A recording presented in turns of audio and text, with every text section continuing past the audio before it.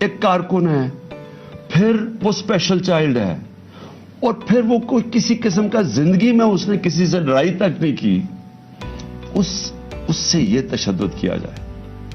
اور تشدد کیا کیا, سر بھی اس کا انہوں نے کہا کہ اندر سے خون نکلنا شروع ہو گیا, اس کا جو جگر ہے اور جو اس کی جو پتا ہے اس کو انہوں نے اس طرح مارا بے دردی سے, وہ اندر سے خون نکلنا شروع ہو گیا.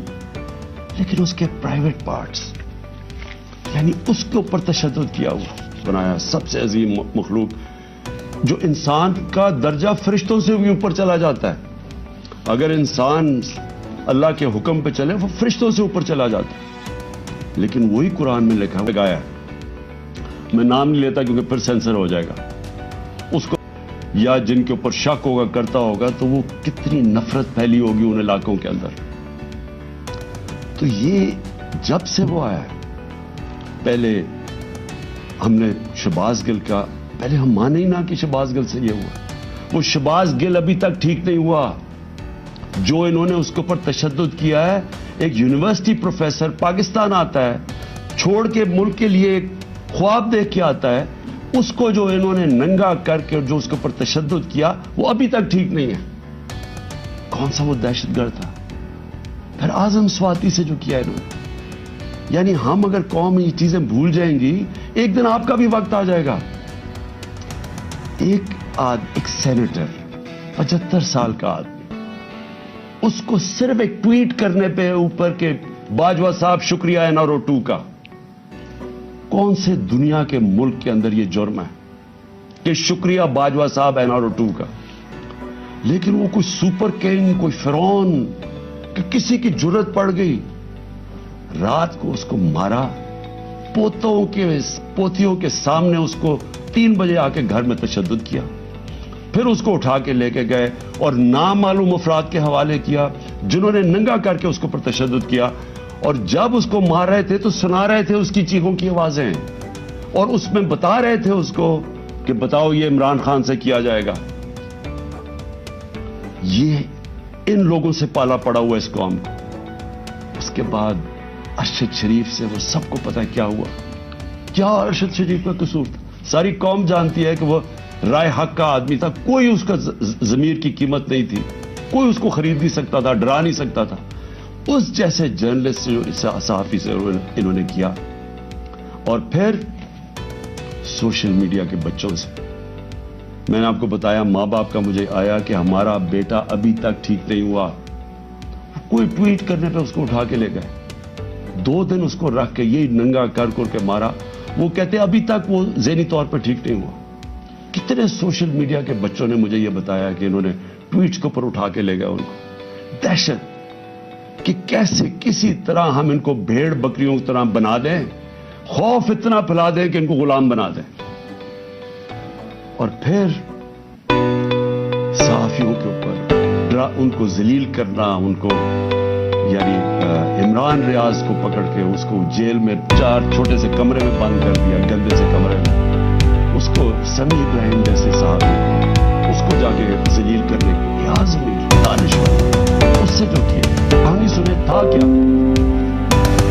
الیکشن اناؤنس ہے 30 اپریل کو. میں بار بار کہہ رہا ہوں کہ جب الیکشن اناؤنس ہو گیا تو ایک پارٹی نے اپنی لانچ کرنی تھی کیمپین, آگے دن تھوڑے سے روٹ اپروو ہوتا ہے, ڈاکٹر صاحبوں کو پتا ہے, ان کی سے طے ہوتا ہے اچھا اس روٹ پہ جانا ہے. ان کو کہتے ہیں جی تھوڑا سا آپ کو دہشت گردی کا خطرہ ہے, آپ کو دھیان رکھنا پڑے گا, تو دھیان رکھیں.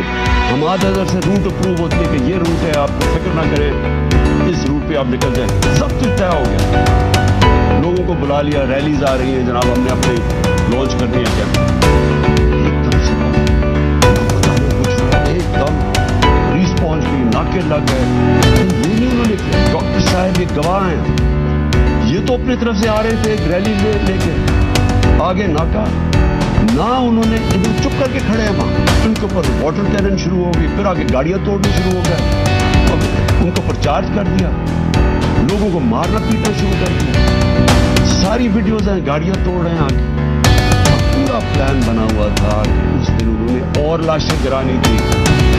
ہماری یہ آرڈر کر رہے ہیں ان کے لوگ کہ مارو ان کو یہ کرو, لاشیں گراؤ, کوئی فکر نہیں پڑتا, کیونکہ پلان کچھ اور تھا. پلان یہ تھا کہ الیکشن سے نکلنا، اور دوسرا عمران خان کے اوپر یہ ڈالنا، یہ اور یہ ڈال دیا بیچارے ضلع شاہ کا کیس 302 میرے اوپر قتل کا کیس ڈال دیا کہ میں نے اس کو قتل کیا.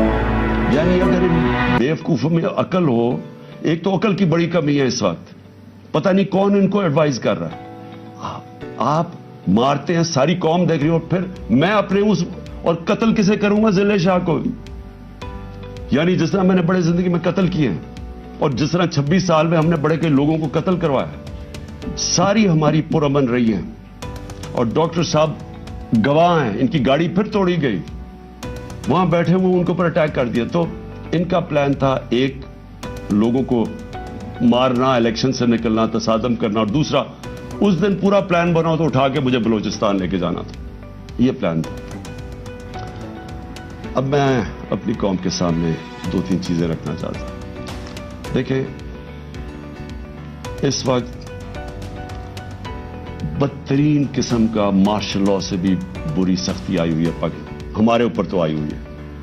وہ دوسرے جو مرضی کرتے پھریں، پولیس اسکورٹ ان کے ٹیکس پیئر کے پیسے پہ وہ اپنی کیمپین کر رہی ہے، کوئی پوچھنے والا نہیں ہے، بلکہ پوری مدد کی جا رہی ہے. وہ اور بات ہے کہ لوگ نہیں آ رہے، لیکن ان کی پوری مدد. اور یہاں الیکشن شیڈیول کے بعد بھی کیمپین کے اوپر پابندیاں، ہمارے لوگوں کے اوپر کیسز، کتنے لوگ ابھی جیل میں ہیں، کتنے لوگوں کے، میرے اوپر اب 80 تقریباً کیس ہو گئے ہیں.